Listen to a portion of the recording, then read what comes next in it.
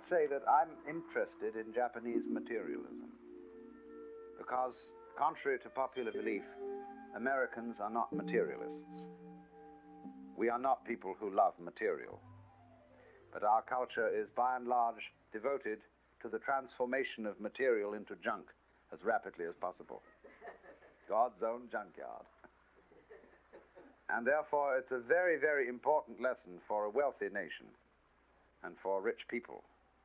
And we are all colossally rich by the standards of the rest of the world. It's very important for such people to learn and see what happens to material in the hands of people who love it. We regard matter as something that gets in our way, something whose limitations are to be abolished as fast as possible. And therefore we have bulldozers and every kind of technical device for knocking it out of the way.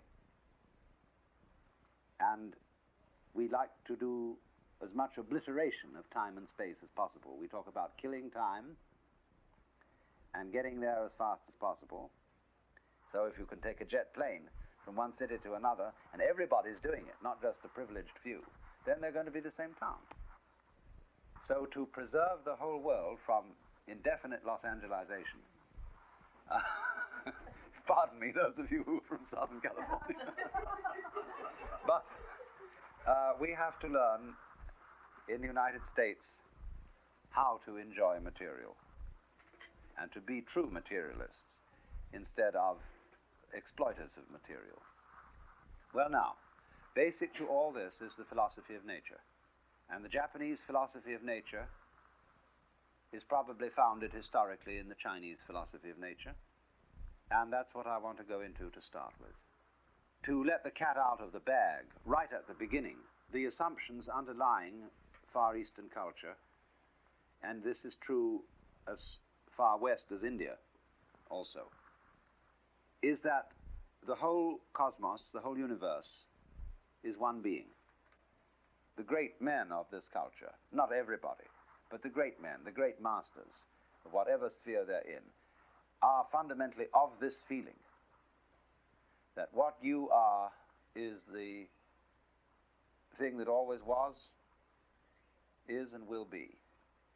Only it's playing the game called Mr. Takano or Mr. Lee or Mr. Mukhopadhyaya. That's a special game it's playing.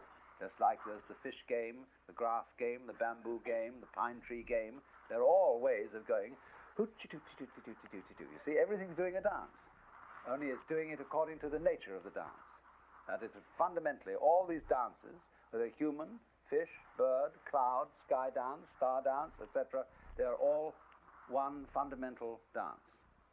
And so a civilized, cultured, above all an enlightened person in this culture is one who knows that his so-called separate personality, his ego, is an illusion.